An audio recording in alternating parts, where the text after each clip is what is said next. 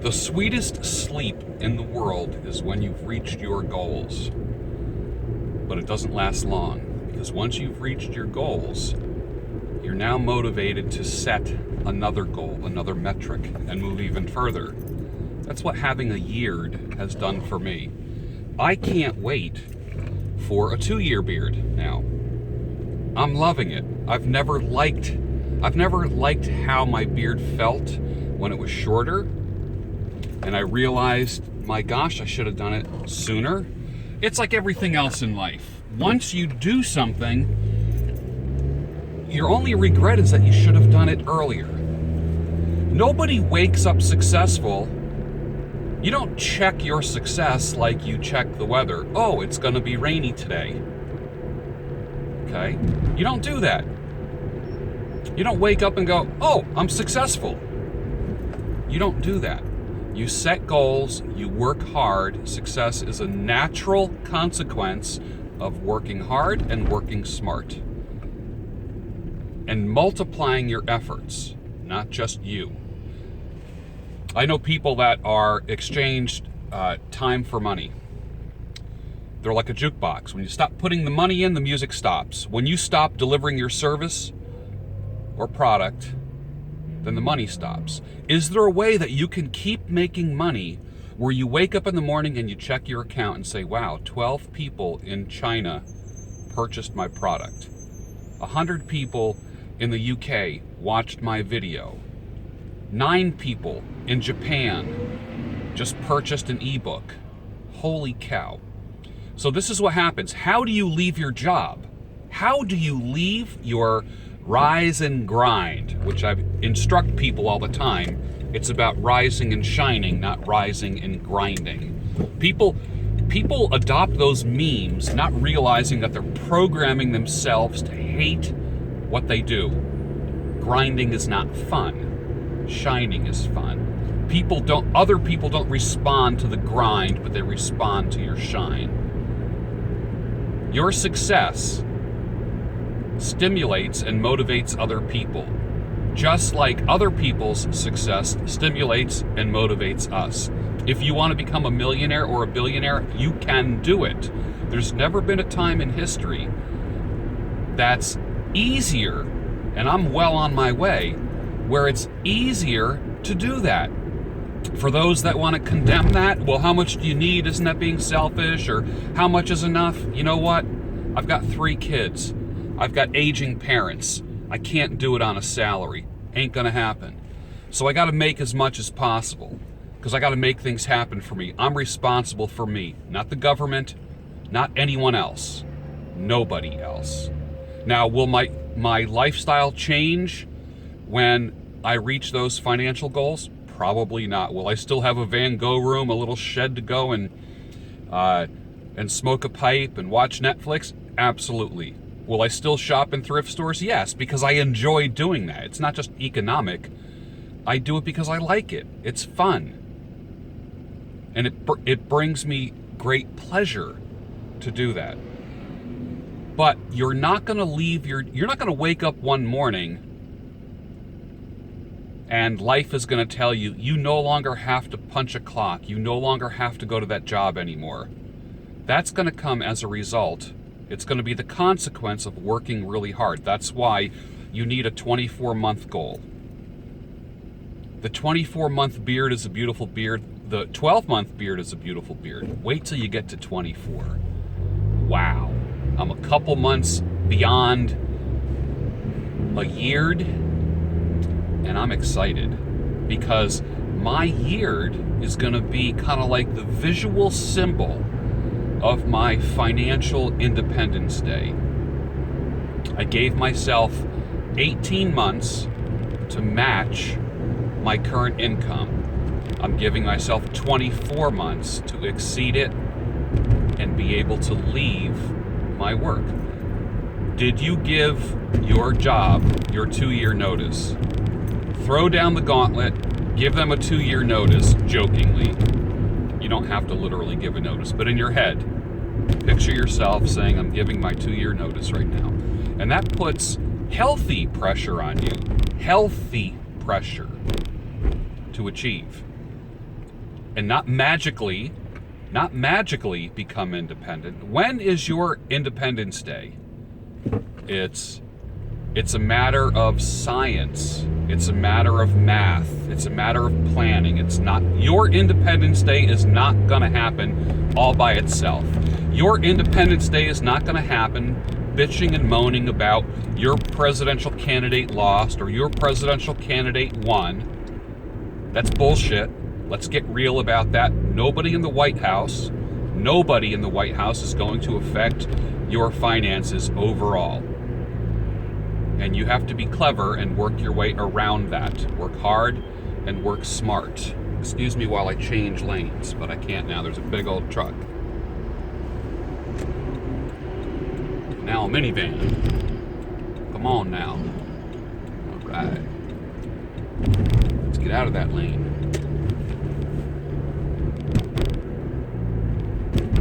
Enough of crying about the election. Stop it.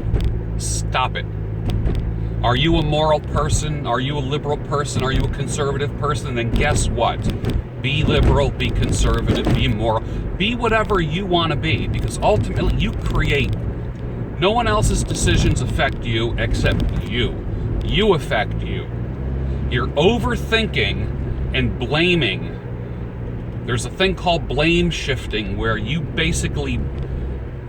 blame your issues on a government, on a person, on the ex, on your ex-spouse, on your situation, on your employer. Enough already. Enough. No more blame shifting.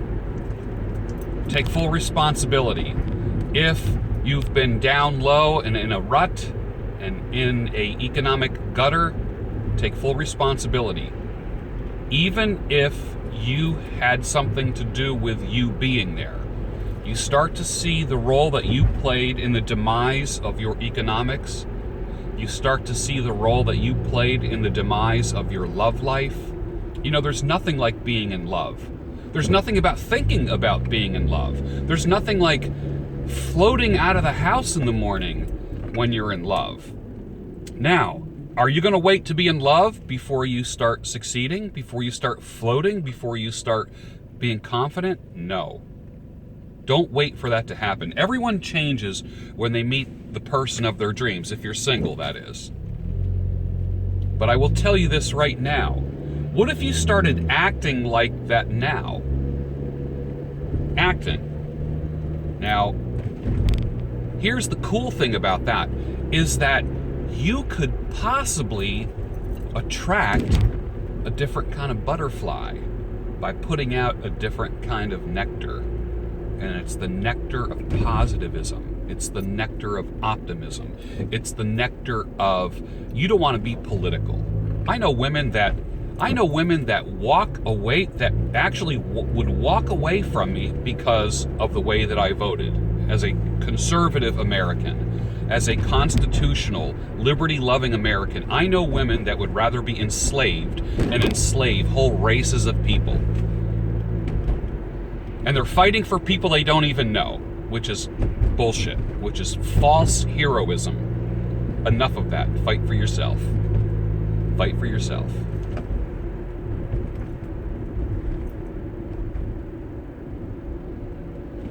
Put out different nectar, you attract different butterflies, different birds.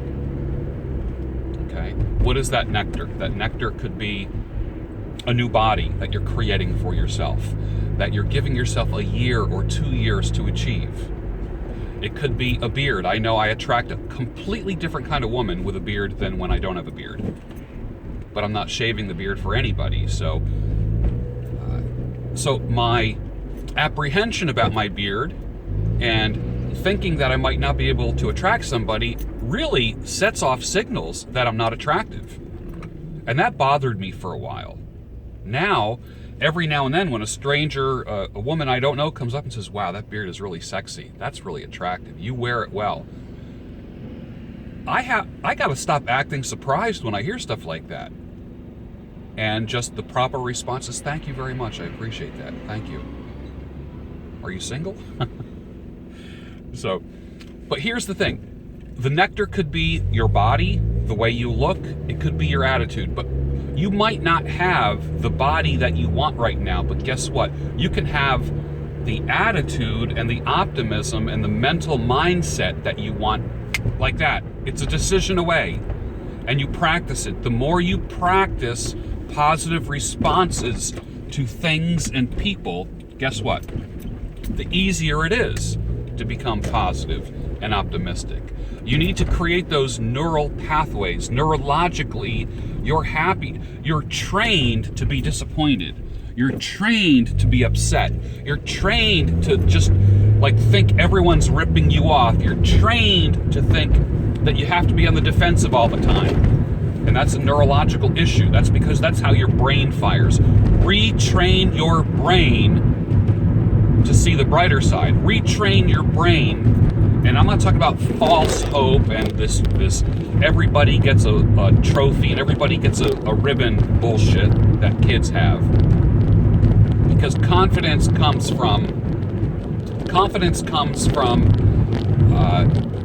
achieving your goals.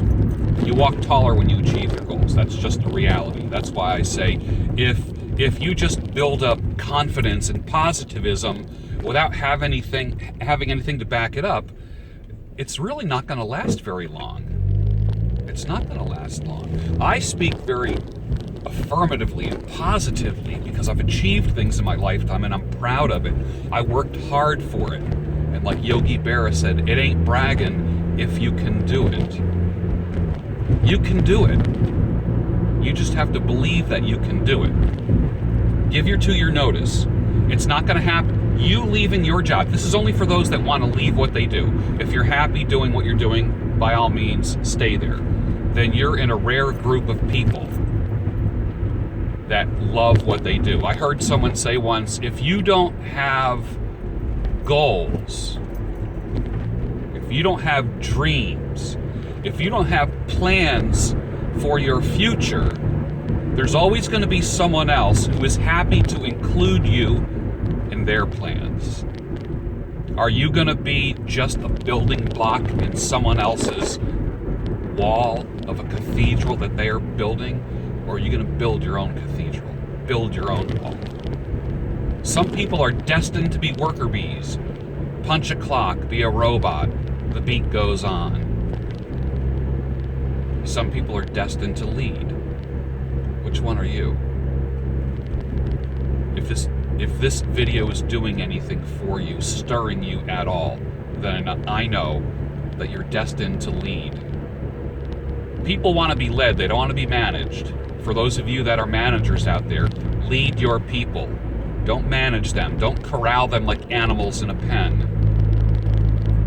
Encourage creativity. You're going to have a killer business if you are a manager and you encourage your people to be the best that they can be rather than hammering them for the things that they're not. People are silently begging to be led, not managed. Did you hear me? People are silently begging to be led, not managed. When are you leaving your job? When is your Independence Day? Figuratively or literally? Did you set a date yet? Do it. How about this? You want to grow a 2-year beard if you're a guy?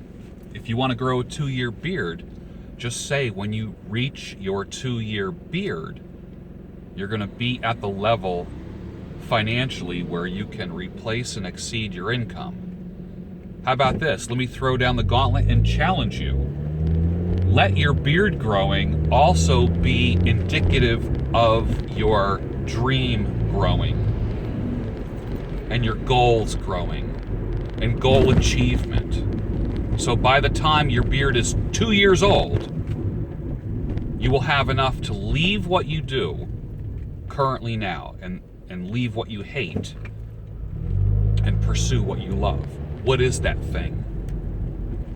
What is that thing? Don't get frustrated by small results. People say to me all the time, my beard seemed to stop growing. Everybody's beard seems to stop growing. Have you been growing it for 10 years? You don't know what your terminal length is unless you haven't shaved for 10 years.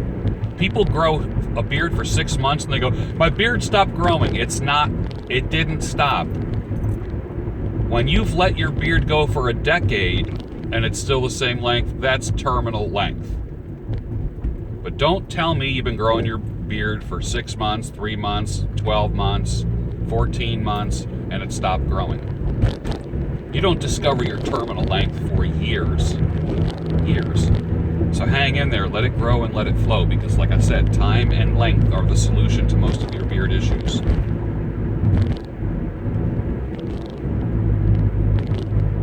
You don't wake up successful.